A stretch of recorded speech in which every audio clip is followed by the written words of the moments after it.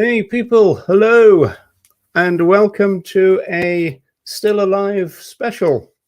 So this could be a one-off, not quite sure, but it's not going to be regular, I don't think, but it could be a one-off. As you can see, I'm on my own at the moment. That's only because we were emptying Ronnie's bladder. So that's the way you've got to do it. My bladder, Roger, that would be a bit well, it'd be interesting for the viewers, wouldn't it? But there we are.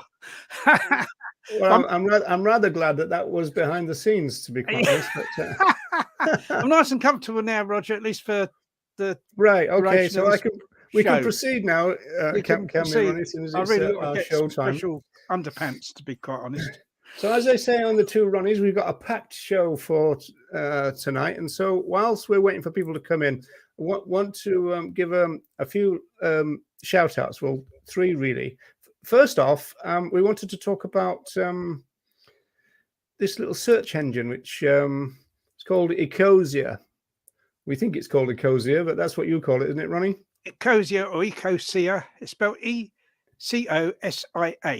Yeah. So we're trying to encourage people to switch from the one that shall not be named to this one, because when you do a search, you plant a tree.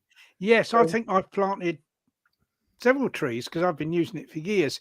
You can get an app for your phone as well, for Ecosia, or you can use it, as on your computer, through. Yeah, well, if you see that one thing, it said add to Edge. So this is the advert. So I would need to download that onto mine. So that's where you can see that. And it's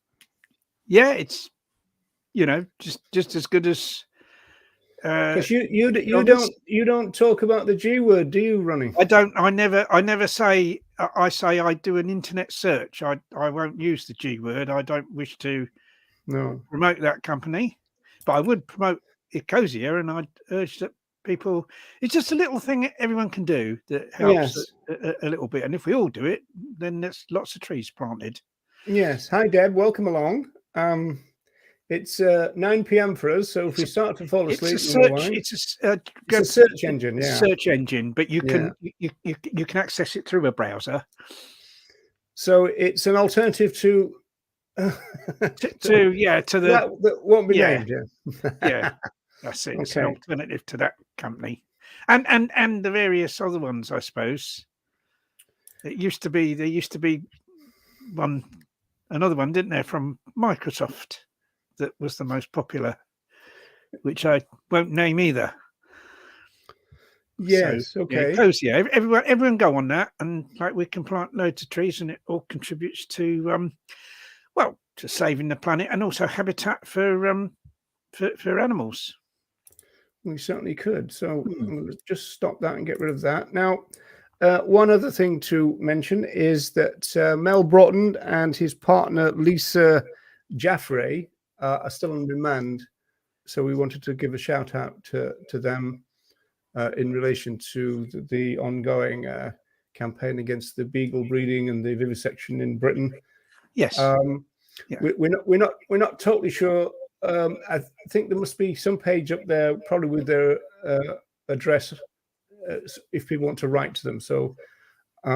It used to be a lot more organized. It used to have support animal rights prisoners type groups, isn't it, and stuff.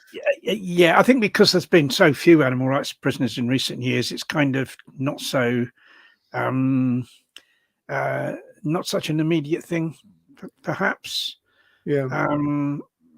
I tend to think we're going to have more prisoners. You're going to have just rolled a placard. You're like, I might be put in prison, aren't you? So we might have quite a few more, and it might have to be all started up again. Somebody gave it a leaflet. They're in for 10 years or something. And write to them. Yeah, so it would be possible to find out about Mel, and if we do get news about it, we can post it in the recording of this. Mel is a long term. Lisa's the woman who was. Hit by the Hunt supporter, run over or tempted to be. Oh yeah, it was when you saw the horse. Yes, from the camera. That's going through a very good time at the moment, having that happen, and then being arrested and put on remand, and Mel, of course, still recovering great from his campaigner brain injury, I would think. Been in prison before, for animal liberation. And then in terms of my upper lip, it's developing, as you can see. I was saying to Ronnie, I'd be glad when it comes to the end of the month so I can get rid of it. But there you go. And so this is a fundraiser for the Back into Daylight. Has it become sentient, though, Roger? That's and has it become a special scientific interest? Because in that case, is it sentient and itchy the same thing? Is it inhabited by any? Yeah, I know a guy who was in the bank, and he had a great big beard. He was in the bank, and an insect came out of his beard, and the woman behind the counter screamed, and they thought that it was a bank robbery, and they all panicked. There's an insect came out of his beard. Why did the insect have a gun or something? Well, I mean, that'd be a good way of doing a bank robbery, wouldn't it? Saying, hand the money over, else I'll send this insect under the little thing. Yeah. Under the little slot. It'd be quite a clever idea, wouldn't it, do that? Have an insect in your beard. There must be a movie in there. I'm sure there's worse movies in Hollywood than that. So there's worse movies I've thought of in my own head than that, to be honest. But you won't. You don't want to know about those. No, you're not going to start calling me that. Yeah. Yes, that's kind of not. That's not going to happen. But you've been called worse things than that as well, Roger, haven't you? Oh, here's a message for you. Yeah, I've been told to hassle you about this. Well, you've got to join the Discord. Vegan of Course Discord. Is that another thing I've got to join apart all these? Another thing, yeah. It's dead straightforward. You'll have a great laugh. So don't. I think I've got the app, but I've never used it, so I'll have to search for Vegan of Course on there, I suppose.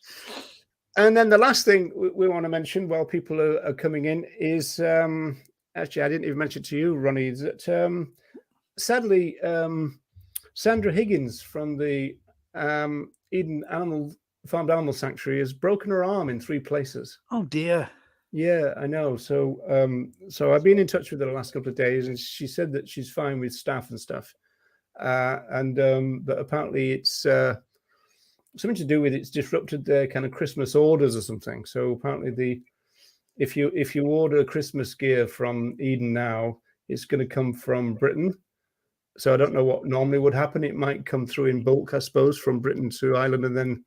Anyway, I'm not quite sure, but oh right, yeah. Well, let's hope she has a speedy recovery. She's done some wonderful work. Of course, she's because I said, "Oh, blimey, that sounds really bad," and she said, "Yeah, it's quite a serious one." So, I don't really know the details, but I'm kind of assuming it's something sanctuary related. So, could be a swinging gate or yes, there's probably lots of hazards in yeah, especially now in Ireland. I mean, Back into Daylight had a live fundraiser today.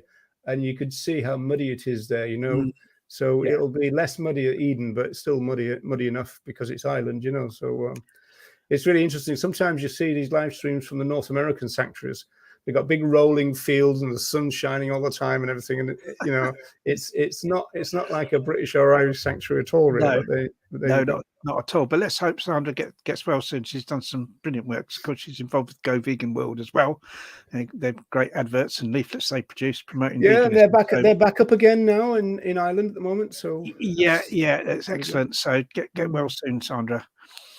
Yeah, that's pretty good. Right. Okay. So we're going to talk about mental gymnastics because we're interested in the way that we're interested, obviously, the way that flesh consumers talk to vegans, and in terms of what they say those they exploit are in terms of their capacities and this kind of stuff. So I was trying to. There's a clip from the TV version of the Hitchhiker's Guide. Now, the TV Hitchhiker's Guide started as a radio show, and that started in 1979. But then the TV thing came out in 1981, and so the TV one was kind of like fairly kind of very kind of basic, but it was very kind of culty, So it became a bit of a cult and everything. And then at the end of the TV thing, there's a scene at what they call the restaurant at the end of the galaxy, or the restaurant at the end of the universe. People seem to use that interchangeably. And so I was going to post, because there's a little clip from the BBC, and I was going to post that on my channel, and the BBC wouldn't let me. And because sometimes they give you like a copyright strike, but then they say you can go ahead anyway, and we'll take the money if you're monetized, that kind of thing. Or they'll say, no, you're just not doing it. And this was one of those, no, you're just not doing it. And so this is why we're going to go through it in this format, because we're allowed to. But it basically means that we can show you the thing. So yeah, the BBC didn't want to show it. So let me just add this to the stream then, if I can. Let me see what I'm doing. There we go. Okay, just to set the scene then, this is the compare really, and they're just getting ready for the end of the universe, and then we'll get a restaurant scene, which is the thing that me and Ronnie want to talk about, and in particular how relevant it is to the kind of mental gymnastics that people get up to when they try and justify eating other animals. And we were speculating before about if this was disruptive towards them, in the sense, because you're talking about a being who essentially asked to be eaten, and so that changes the kind of moral situation. So I'll just show you a couple of seconds of this opening bit just to introduce you to what's going on. The universe as we know it has been in existence for 170,000 billion years, and will be ending in a little over 10 minutes' time. So welcome one and all to Milliways, the restaurant at the end of the universe. So I love the lapels. They're very 1970s, those, aren't they, Ronnie? So, they are, yes. Yeah. So here we go. So now this is interesting now, because in this scene you've got six characters. So one is this waiter. Then you've got two humans, which are the ones at the front. So male and female, both humans. And then there's two aliens. And then you've got a being who is described as a cow, and yet looks like a pig, and yet sounds like a sheep. So I think they might have just been going for weird at this stage, but we'll see. And so let's start this little section so we can get into our analyses. Or would you care to meet the dish of the day? Meat? What is it? It's an Emilian major cow. I'll bring him over. Okay, we'll meet the meat. That's cool.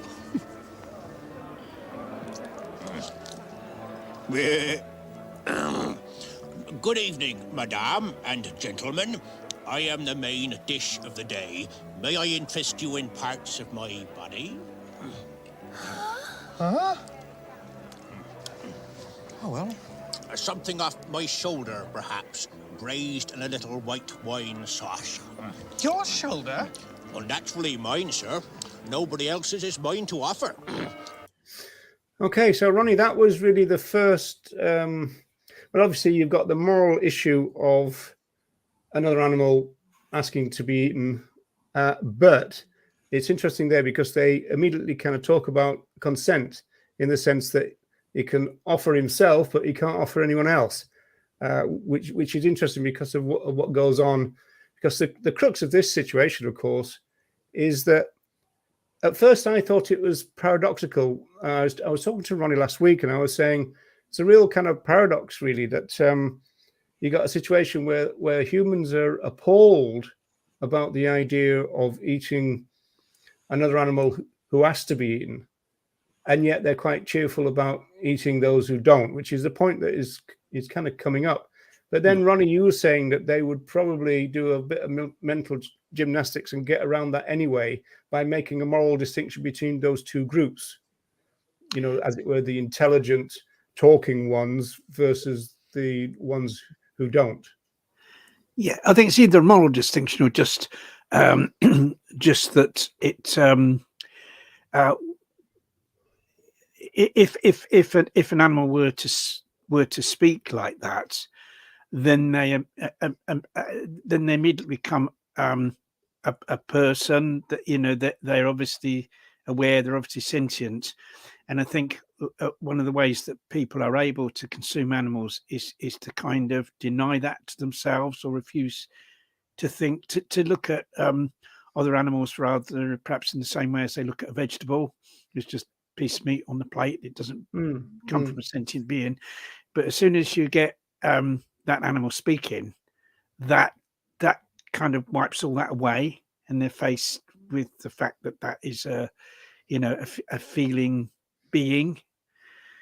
That one of the first things I learned in the 1980s was, I think it was Babraham in I can't remember where that was. Kent, was it? But Babraham, it was in Cambridgeshire. Yeah, so that was a Abraham, laboratory of famous. I don't know if it's still there, Ronnie, but I think they were trying to breed other animals who were insentient.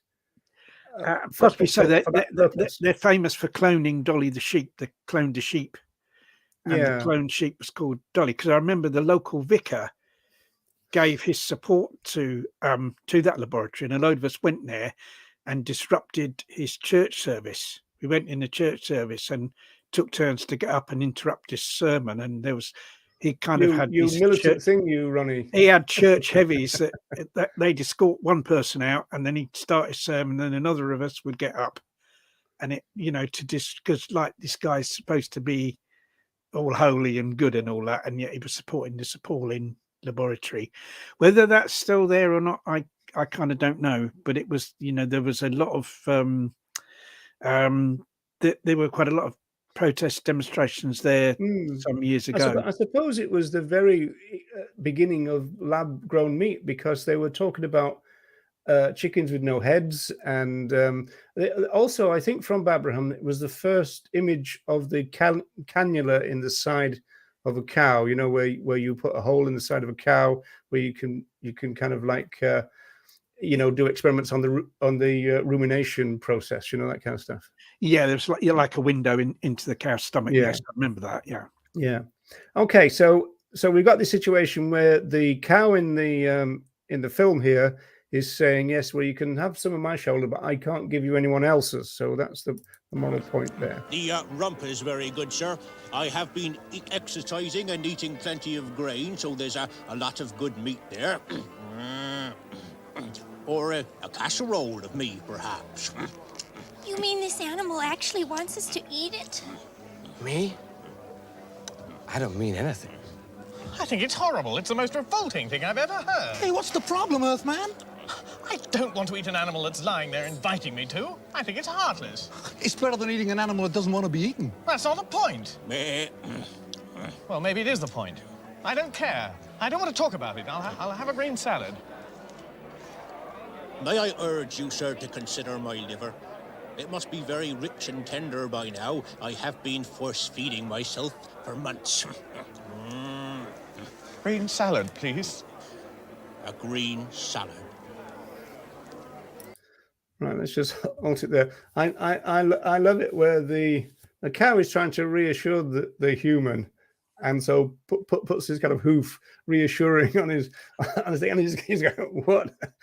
which is pretty good. But yeah, so again, you've got that situation where the humans are appalled by this idea, and essentially the alien was Zaphod Beeblebrox, the guy with the two heads, the president of the universe at this stage. He's saying what vegans would say.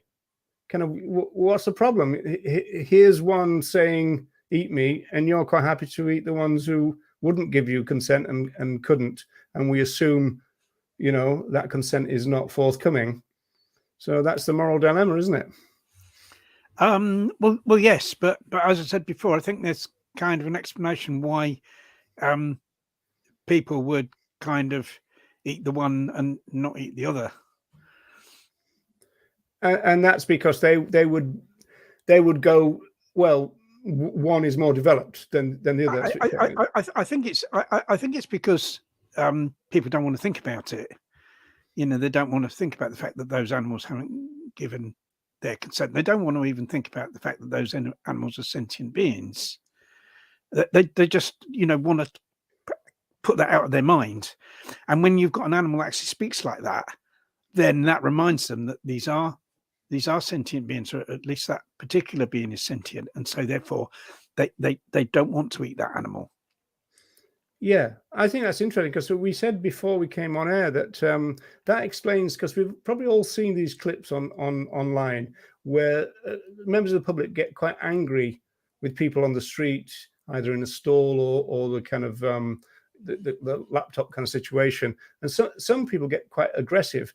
And essentially that's the Carl Adams thing then, is that the vegans, by their presence there, have brought back the absent referent, the thing that the people have either not thought about or even actively pushed away, has been brought back by the vegans doing it. And I said, I wonder whether this scene in the TV show, I wonder if that did the same thing, made people go, whoa, never thought of it that way, or kind of, Yeah, I'd obviously hope so. I hope so. Some vegans may have,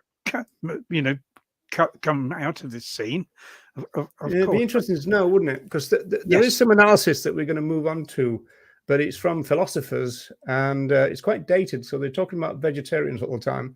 So there's no mention of vegans, so that kind of dates it pretty well. Although, again, we are talking about the early 80s. It's part of that story. We're all vegans, but we didn't talk about it. And so it doesn't appear in the research either. Yeah. Interesting stuff. Okay, now the next bit, the reason I stopped it here was the fact that you could tell that Douglas Adams, who is the author, wasn't a vegan and not even a vegetarian in those days, I suppose, by this next point that comes up, because this bit is certainly not what a vegan would include. Is there any reason why I shouldn't have a green salad? I know many vegetables that are very clear on that point, sir, which is why it was decided to cut through the whole tangled problem by breeding an animal that actually wanted to be eaten and was capable of saying so clearly and distinctly. And here I am. Glass of water? Hey, listen, we want to eat. We don't want to make a meal of the issues. We'll have 4 rare steaks and hurry, please. Very wise choice, sir. Very good. I'll just nip off and shoot myself. Oh, God. Don't worry, sir. I'll be very humane. What's eating you, Earthman? So there we are. And then it's interesting, that reassurance again from the animal to the human. So there's a bit of welfare came in there. Kind of don't worry, I'll be very humane, killing myself. So yes, just I suppose is what you'd expect. Okay, so let's have a quick look then at some of the. It did actually spark quite a bit of a response in terms of philosophy. So this is the book. I don't know much about what the argument is here. It's just that this guy, Julian Baggini, he put a book out where you've got kind of 100 thought experiments, but he actually entitled it "The Pig That Wants to Be Eaten," and so that's one of the issues in there. But there are some which are a bit more in depth. This is a philosopher called Ken, just introduces himself as Ken, and says that he's been teaching philosophy for about 40 years, and he's got like an online kind of course really, and so this is part of the deal. In fact, if you go to his website, that top bit that I've just cut out there really is the actual first page, and all the bacon there is sizzling away. So it's very, very kind of graphic. Interesting here too, I think, is the fact that the language changes. So the pig who and the pig that, which is interesting. So I won't read this out, but I'll just give you an idea about what's going on here. He's talking about somebody who's been a vegetarian for 40 years and kind of misses the flesh, and then decides to go back to eating flesh because he's met a pig called Priscilla, who is one of these genetically engineered pigs who is asking to be eaten, and so therefore he thinks, well, you know, that now kind of is okay. It even says that Priscilla lifetime ambition is to be eaten, and she wakes up on the day of the slaughter with a keen sense of anticipation. So you got this really kind of dramatic kind of lead up. And then there's the issue of a chicken who's also been genetically modified, but in a different way. So the chicken has been deseberated and so made insentient. And so this is the kind of moral dilemma that they're setting up. The one where you've got a extremely intelligent talking other animal and one where you've got an insentient other animal who could be regarded as akin morally to vegetables. And so so that's his setup, and this is his question for his students. You've got to write a reflection of 500 words, which is pretty short for an academic paper, answering the following questions. Would Max be justified in eating Priscilla the pig who wants to be eaten? What about the decerebrated chicken? What if Priscilla or the chicken had been human? That is, what if we could genetically engineer humans who wanted to be eaten? Would that be ethical? So that usual trick of kind of putting humans in the place of the animal subject, if you like. And what about if we could decerebrate humans and make them also insentient? And finally, what would you think Peter Singer would have to say about all this? I don't think we need to bother with that final bit, Ronnie. But what about the rest? So again, we've got this thing. So we've got two moral dilemmas now, or at least, the main one presumably will be the intelligent pig who again is asking to be eaten, rather than the one who is made insensitive. But of course, there's moral issues on both sides. Yeah, you see the thing is, it's the same argument as to why we don't kind of go in the supermarket and buy a lump of flesh. I mean, that lump of flesh is that animal's already been killed to provide that lump of flesh. The reason we don't buy that lump of flesh is because we don't want to encourage the people that are doing that. We don't want to put money into that industry that would cause animals in the future to be slaughtered to provide more lumps of flesh, and the supply and demand thing can be applied to this. In other words, it was wrong that the pigs should be bred to consent to be slaughtered. That it was wrongful for humans to have done that. It was also wrong for them to decerebrate chickens. So if anyone consumes or buy those products, they're supporting the people that did that. And they're putting money into the industries that have done that and would continue to do that. So the argument against people consuming these products is exactly the same as the argument we use for people not consuming animal products anyway. Yeah, well, we're going to see some of what you just said in the next example. But if you were to, as it were, which does come up actually, if you were to choose between which one of these, from a vegan point of view, bad things is best, presumably we go for the insentient being exploited rather than the highly sentient one who have been engineered in order to desire being killed. It's a difficult question, isn't it? Really. I mean, it's not a good thing to support either. I mean, the third option of saying no, I'm not gonna eat anything, thank you, or I'll have the salad, please. It's the best way to go. Even gets reduced to a glass of water, if you remember. Yeah, or a glass of water. Yeah. But who's in the water? Yeah, that's what I want to know. That's what I'd say in response to that. Yeah, it did make us think. There was a case in Germany, wasn't there, Ronnie? Yeah, there was.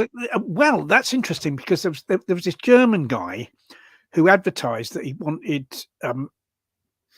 to eat someone, and a guy actually came along volunteering to be eaten. Yeah, right. And I don't go into I won't go into too much detail, but they actually did cut off a part of the guy's body, and they both cooked it, and they both ate it, right? And then the one guy actually killed the other guy, and over a period of time was eating parts of him. And then this guy got arrested and charged with murder. He was first of all only convicted of manslaughter, but then eventually I think the Supreme Court, actually convicted him of murder. So this guy was convicted of murder even though his victim consented to be killed and wanted to be killed. Mm. So, like where it involves humans, the consent of the person who's killed makes no difference. The guy was still convicted of murder for because killing the other guy. presumably somebody's probably going to say, "Oh, well, that they were conned into it, or they were manipulated, and this kind of thing." Even if on the face of it, in this case, they weren't, because they actually volunteered themselves. The guy volunteered and even sat in a part of his own body with the other guy. Yeah, that's a bit weird as well, isn't it? Which is like, that's the most horrific part of it, to be quite honest, and kind of made my eyes water when I kind of read it. Yeah, well, let's not go into what part it we won't go be, into the part of the body, but I think people probably guessed by now what it was. So, Sky, isn't there a moral obligation to prevent most suicides? So again, that's going to come up, isn't it, in this next example? Yeah. I mean, I agree with Sky there. Yeah. Okay, so but it's interesting because the next bunch of moral dilemmas kind of talks about that in interesting terms. So I'm going to just read little sections of this out. It's very small on the screen, so apologize to all those people with phones. I know you can't see it, so I will read it out, but only a couple of paragraphs. And so it talks about this thought experiment was based on the Hitchhiker's Guide, and that's created quite a lot of interest from philosophers, etc., etc., etc. And then this person says, while the thought experiment was initially told tongue-in-cheek, it raises important questions in several areas of ethics.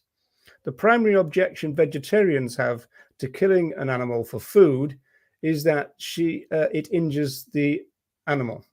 Even if the killing is painless, it still goes against the animal's desire to remain alive, bracket, which is why it's still wrong to murder someone painlessly, close bracket. However, genetically altering an animal to want to be killed and eaten should eliminate this objection. So how could the vegetarian object? So that is the first premise. And then the person goes on, another area of ethics this thought experiment addresses is what to do when the damage is already done. Even if we agree that it is wrong to breed an animal to want to be eaten, suppose that someone does anyway. At this point, would it be more moral to eat the intelligent animal who wants to be eaten rather than the stupid one who doesn't? Also, if the animal has been bred to desperately want to be eaten, this is where you got the kind of connection with suicide, really, then not allowing her to be killed and eaten would cause her to suffer. This relates to the problem ethical vegetarians face when asked what we should do about domesticated other animals. They have been so genetically altered that they wouldn't be able to survive if reintroduced into the wild. So should we let the species go extinct? Which is one of the main questions that vegans still get. Applying the problem to humans, what if a very skilled manipulator convinces somebody that their life is meaningless and terrible, and they want to commit suicide?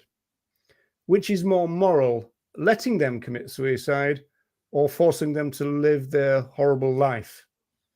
So those are the kind of setups initially in this particular thing. So again, that thing about being manipulated doesn't seem to apply to the German case.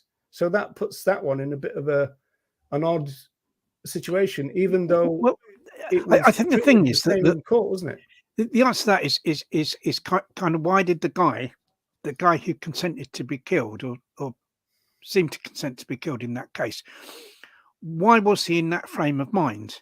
And surely the ethical approach to that would be to kind of to somehow provide that guy with therapy so that he no longer wanted to die, and so that he was able to kind of go forward and live a happy life. And so the same thing with the clever manipulator. There's a clever manipulator manipulated in somebody into wanting to die. Then the answer to that isn't to to kill that person. The answer is to provide therapy for that person to overcome. That must be connected then to the issue of euthanasia, though, Ronnie, because you're almost like saying you should talk them out of it as well. Well, it kind of depends, doesn't it? Because in these cases of euthanasia, you've usually got people that are undergoing extreme suffering. They have a terminal illness. The only thing ahead of them is death and suffering, before they die. And that's different to the case of somebody that could have a full and happy life ahead of them if they had the right sort of therapy. I think there's a kind of distinction to be made between those. Yeah, I think the opponents of euthanasia are obviously worried about coercion, but also I think they might think it's a slippery slope, and people might think, "Oh, I'm a bit tired. I just don't want to live anymore," and rather than and it becomes kind of an easy kind of option almost. Yeah, I think that might be something to do with that. I think it's something that kind of needs to be approached with care, and there needs to be lots of checks done with regard to it. But I tend to think if someone is in that situation where they're undergoing a great deal of suffering, they're terminally ill, they haven't got very much longer to live, that it kind of sort of is their right to die. I very much believe that, and obviously we have to be careful that is truly the case, and it's not a situation where someone's kind of hoping to profit from that person's death and is kind of there's manipulation or something going on there. We'd have to be really careful with that, but I still think there are cases where people do have a right to die, and that right should be respected. Yeah. Okay. Well, let's move on to the final bit then, which is when the writer of this gets all personal and says, right, so my objection to this argument is that animals don't want to be eaten, which also implies that they also don't want to be genetically altered to want to be eaten. So this practice would still be immoral. Yeah. My response to it having already happened is related to the first. Since it is immoral to breed an animal to want to be eaten, then we have a moral duty to breed the animal back to its previous state where she doesn't want to be eaten. I read out an it. I've let myself down. I've been trying to correct that as I was going along, and I let myself down. But that last bit is odd, isn't it? This kind of idea about somebody's gone ahead and done it. It's a little bit like vegans go, well, you get asked as vegans, well, what are you going to do with all the domesticated other animals? And then it's a question of, well, some would probably be viable as free living beings, but those who wouldn't be, would you then consider a program of manipulation back to some, so in other words, these massive pigs, you just don't bring them back to being smaller boars. You don't breed them anymore because almost all animals that have kind of been, so-called domesticated by humans, their wild ancestors, their free living ancestors still exist. I mean, all dogs come from wolves. Even the tiny little Chihuahua and the little Yorkshire Terrier and Nose, they're all from wolves. That's what I'm saying. So do you kind of start to try to take the Chihuahua back to a wolf? No, because or do you just end that problem? Well, you just don't breed the Chihuahuas anymore, and also wolves already exist in the wild. What we need to do, is to first of all, stop breeding animals for so-called pets. That needs to come to an end. And secondly, we need to protect and preserve the wild places so that their kind of wild ancestors are able to live properly. That's the two, the sort of two-pronged ethical approach to that. And the idea of somehow kind of breeding them back to to what they were before is kind of, I think, first of all, it's highly impractical, and secondly, why would we want to do that anyway? Yeah, well, it's interesting though, because over the years I've noticed that one of the vegan arguments that non-vegans really struggle with is the idea, which is kind of right and kind of wrong, which is, well, blimey, if you got your way, as it were, to the vegans, there would be less other animals than there are now, which is kind of right and kind of wrong in the sense that there'd be less of certain types and be more of others, wouldn't they? Yeah. I mean, at the moment, if you look at if you're looking at mammals, well, we'll look at birds as well. Look at mammals, and this is kind of by weight. It's called biomass. That mammals on the planet, 60% of mammals on the planet are animals that have been bred and reared by humans for food. You know, they're cows and sheep and animals like that, cows, sheep, pigs, etc. 36% of mammals on the planet are humans. Yeah. Only 4% are wild mammals, are free living mammals. Only 4%. Only 4%, right? And the reason why it's so small, there's two reasons why that number's so low. First of all, it's because of the huge number of animals that have been bred for food, and take up, you know, massive amounts of land. And if everyone switched to a vegan diet, that land could be rewilded, and so the number of wild mammals would massively increase. So that's, you know, that's on that score. Now, if we look into birds, 70% of birds are once again what's referred to as poultry, and animals that have been bred for human consumption. Only 30% are wild, free living birds. You see, so once again, that's the problem we've got. The animals that we bred for food massively outnumber the free living ones, and so if we were to end the consumption of animals for food, so much more space and habitat would be available for those free living animals to regenerate, and their populations would become greater. Well, presumably there is still populations of guinea fowl around. Yes, so you know, the wild ancestors. They exist. The wild ancestors. It wouldn't be a question of taking the chickens back to being them. It would be a question of ending the chicken situation and then creating more space. Just stop breeding them, and that's what I mean. Same with all of them. You know, there's sheep living in the wild.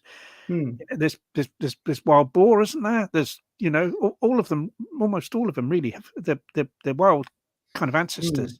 This is one of the in the world. I mean, this for me is very irritating, especially from a rights based position, because essentially society will effectively kind of create a situation where we've got to violate the rights of other animals to solve a problem that we didn't create in the first place. It's so frustrating, because the arrogance of non-vegans who kind of, well, what are you going to do about this problem then? And you think, well, you're the one who caused this. Yeah, exactly. Yeah, we're forced often to choose between the lesser of two evils. It's like the whole neuter spay thing. You know, like really these animals should be free living. They should be able to breed. They should be able to have young. They should be able to live naturally. And so, but we're forced into a situation where that option's not available to us. And so you've got the, you know, a situation of these animals massively breeding and suffering because there's nowhere for them to go, or neutering and spaying. So you're choosing lesser of two evils. Yeah, but you're forced into it. I mean, Francione said, it's not our fault. that real society forces you to be utilitarian. Yes, but exactly. that doesn't mean that that's going to be your position. It just means that when you can't get out of it, that's what you've got to do. Yeah, exactly. We're forced to choose between the lesser of two evils by what others have done. Yes, indeed. Right. Okay. Just for completion, then, let me just go through this last bit then. So, talks about variations. The brainless cow. The brainless cow is a variant where, rather than being bred to want to be eaten and intelligent enough to say so, a cow is bred to have mental capacity of a vegetable. Without a central nervous system, we're back to Babraham here. Without a central nervous system, the cow can't feel pain or even have the desire to live, or at least we assume. Therefore, can't the moral objection that eating meat causes suffering be ignored? And then the person says another personal thing, a personal objection. Then I have the same objection to this variation as with the original. Cattle desire to live, so it's still immoral to breed that desire out of them, which is what you were saying, Ronnie. Yeah. However, if I had to choose between intelligent cattle who want to be eaten and brain-dead cattle, I would say it's less immoral to eat brain dead cattle. So again, lesser than two evils. That's it right there, isn't it? Yeah, that's you know that's what's being said there. I mean, it's kind of why people would want to breed kind of brain dead cattle. I don't know, when lab meat can be created. That's being created in the laboratory, isn't it, from cells? Because they're humans, and humans want their cake and eat it, don't they? I mean, we know what we like as a species. So I mean, they're trying to solve a problem which something like this clip could have raised in their mind and say, well, how do we carry on eating them without feeling bad about it? Yeah, well, it happens all the time, and it's happening in terms of the environment. Where the methane that comes from cow burps, for instance. There's all these people coming up with ideas. How do we reduce cow burps, or how do we reduce the methane from cow burps? Can we fit cows with this mask that kind of prevents it, or can we feed them something different so they don't give off so much methane? Well, the answer is just don't eat them at all. Don't rear them and don't breed them for eating, because in any case that doesn't solve the major problem of animal agriculture, and that isn't to do with cow births. That isn't to do with the emissions that come directly from those animals. It's to do with the land that animal farming takes up that could be rewilded and could extract a huge amount of carbon dioxide from the atmosphere. That is the main problem with animal farming in terms of the climate crisis. It's the opportunity costs of it. It's how it prevents us from combating the climate crisis by drawing the carbon out of the atmosphere. That's the problem with that. I mean, I'm probably digressing really there, but that's just another example that people are so desperate to carry on eating meat. They'll do all these, it is gymnastics, they'll carry out all these twists and turns. Oh yes, we can fit these animals with special masks so they don't give off the methane, and then so we can continue to eat them. Just don't eat them. What's the problem? What's the matter with you? What is the matter with you? Why are you so desperate to oppress these other animals? What psychological thing is going on in your head that you'll go to these like absolutely extreme measures to be able to carry on eating the flesh of those animals? Another thing as well, Ronnie. Another thing on this is that people who would probably shy away from these mental gymnastics on it, just about any other kind of issue, they'll get involved with it if it's to do. There is real kind of psychological problem. Why are people so desperate? Is it to do with supremacism? Is it a way by which humans, in their tiny little lives, can feel more important than other beings? Oh yes, I'm pretty shit, but at least I'm more important than these other animals. Is that what's going on? Is that why that they insist on? I'm pretty shit, but less shit here. Exactly. Ronnie, hold on to your hat. I was going to say hair, but that's no point. Looks like we've got a copper in the house, so we need one of these. So it's a long time since we interacted with a copper. So Copper is asking, if I have a feeding station for deer and the deer mate while at the feeding station, am I breeding the deers? No, I don't think so. And anyway, these deers are wild animals, aren't they? Free living. So the deer breeding, I don't think is really a problem. I mean, you got this situation, haven't you, where because land is enclosed and deer can't be free roaming. There's a problem with kind of eating young trees, or there being an overpopulation of deer in a certain area because they can't move out of that area. And then you get that's a situation where the kind of culling, starts happening. And it's interesting, they don't tend to kill the old sick ones. They'll kill the ones that they can sell for the most money for the meat quite often.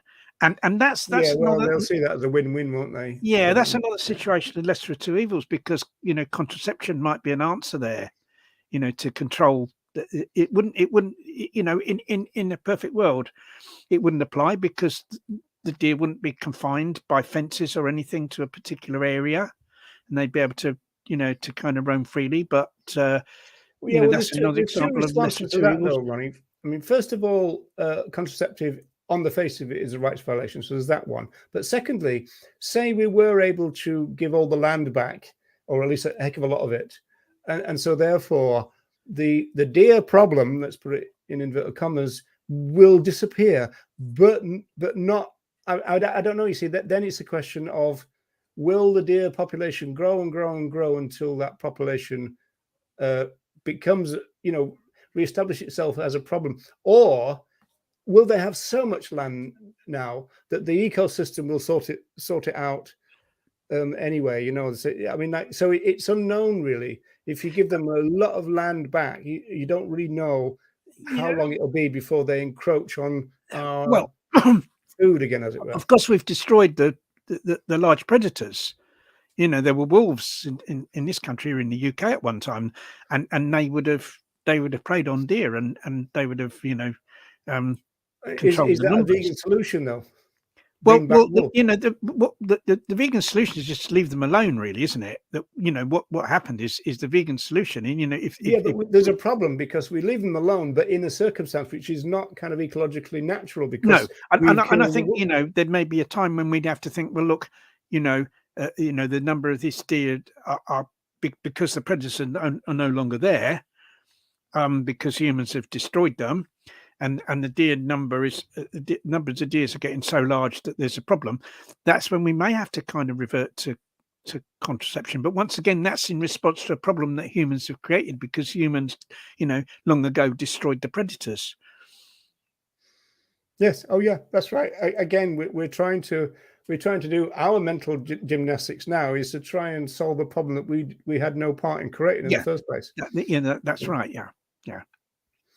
But one thing one overriding thing I'd like to say about this, I mean, this, this is really interesting to look into these kind of philosophical problems, but kind of to a large extent, they're kind of hypothetical. I mean, the closest that we've got to any of it is like lab-grown meat, and I know there's kind of that's contentious. Some vegans think it's a good thing, some vegans don't think it's a good thing. I personally don't think there's any need for it. We've already got wonderful protein sources from the vegetable kingdom, and I think George Monbiot in his book Regenesis talks about producing protein and fat from bacterial fermentation. So that's not cells from animals; it's produced by bacteria, and that he argues that's a much better way of doing it than through animal cells as well. So that's the very closest we're probably ever going to come to that. So it's all kind of really, really, like an interesting discussion, but nevertheless hypothetical. And once again, I'm going to come back to what I always say is that, like, the important thing, it's interesting to have these discussions, but the important thing at the end of the day is that we create more vegans, and that we all do our utmost to do as much vegan outreach as we can, and that all vegans become active in doing outreach, and as many vegans as possible become instigators of outreach. That's what matters, because that's not hypothetical, that's real. And the reality is that we have 50,000 animals every second being slaughtered worldwide for the food industry, and that's the real problem that's facing us and that we have to solve. I'm sure there's nobody in the comments who are expecting to say that, Ronnie. No. they probably weren't. They're probably like, when's he going to say it? But it's important, and it has to be repeated, and it can't be repeated enough. That's because that's kind of fundamental to everything. And whether or not we achieve animal liberation really is down to the amount of vegan education we do. That is absolutely. I agree with that. Obviously, just reversing a little bit. I found a clip of myself talking about the fact that I just finished listening to a podcast of vegan business people, of all things, me doing that, and they were talking about lab-grown meat and other vegan meats and stuff, and they were very explicit that these things, because the vegans always get the, why do you want to make your food look like flesh and all this kind of stuff, but these were very explicit in saying this stuff is not for vegans, because that's not really our market, because the vegan market is too small to sustain the vegan meat, and so it's not actually aimed at vegans at all. The vegan meats are aimed at the non-vegans, who want to do environmental things, or they're trying to be flexitarians, or they're cutting down, or all this kind of stuff, you know. So that's another interesting aspect to it, I think. I mean, I see it as, I mean, I became vegan when there was really none of it, and there was no clue in those days, Ronnie. Yeah, I mean, I'd be quite happy to still kind of live like that and still have me like chickpeas and my lentils and all that, and in some ways I still prefer that food, you know, and I see no need for any of the, you know, the vegan stuff that is trying to look like meat and trying to look like cheese. I don't see any need for it, and I'm not interested. You know, I mean, we do have it at home because other members of my family, you know, are more into it than me. But I would quite happily live without any of it. But I see it as that it can kind of help that, you know, if someone's been used to eating that type of food, that it can help them switch to a vegan diet. And I see it's like a transition. Yeah, well, that's the thing. It's a transitional thing. But I also tend to think that longer term vegans tend to kind of, the interest in it kind of dies down, I think, and you revert back to fruit and veg and rice and, you know, those kind of things, don't you? The interesting thing I mentioned about George Monbiot in his book Regenesis, but, you know, he talks about this bacterial fermentation. What's interesting about that is that it uses up far less land, needs far less land than growing vegetable protein crops. In other words, it, you know, like soya, for instance, it would use up far less land. So that means far more land could be, I mean, get rid of animal agriculture, and that's a huge amount of land. I mean, I think half the land surface of the world is devoted to agriculture, and 3/4 of that is animal agriculture. You're talking about a huge land area, where most of that can be rewilded, could go back to forests and another, you know, wild habitat, and that's great for other animals. It's also great in terms of in combating the climate crisis. But this bacterial fermentation, I said, it uses up far less land than, say, producing soybeans, and you haven't got the environmental impact. I mean, you know, most soya, is it 80% of soya, something like that, is grown to feed farmed animals. It's not grown for humans at all. And, you know, people will have a go at vegans and say, oh, you're eating the soya and it's destroying the rainforest and blah, blah, blah. Well, no, I said, well, no, you're the ones destroying the rainforest because you're eating animals, and you know, 80% of soya is fed to farmed animals. So you're the one, it's not the vegans. But there will be a balance, though, wouldn't there? Because if everyone vegan, that 20% would rise, wouldn't it? Yeah, well, it depends on it depends on kind of how we source our protein. Because oil, you see, you know, there's all this kind of debate about palm oil, and should we or should we not consume palm oil, and is sustainable palm oil really what it says it is, and what about orangutans, and there's all that. Well, this bacterial fermentation that George Monbiot poses, and there are already some pilot projects doing it, that would produce oil as well. So you wouldn't need to grow the palm. You wouldn't have the palm plantations, and once again, that could go back to wild habitat as well. So this could be all the cash crops issue too, because it's a technological lot of land, and really good land, is given over to cash crops. It's a technological solution in a sense, but if we can find a technological solution and that's better for other animals, then why not go for it? You know, so I think that's very interesting.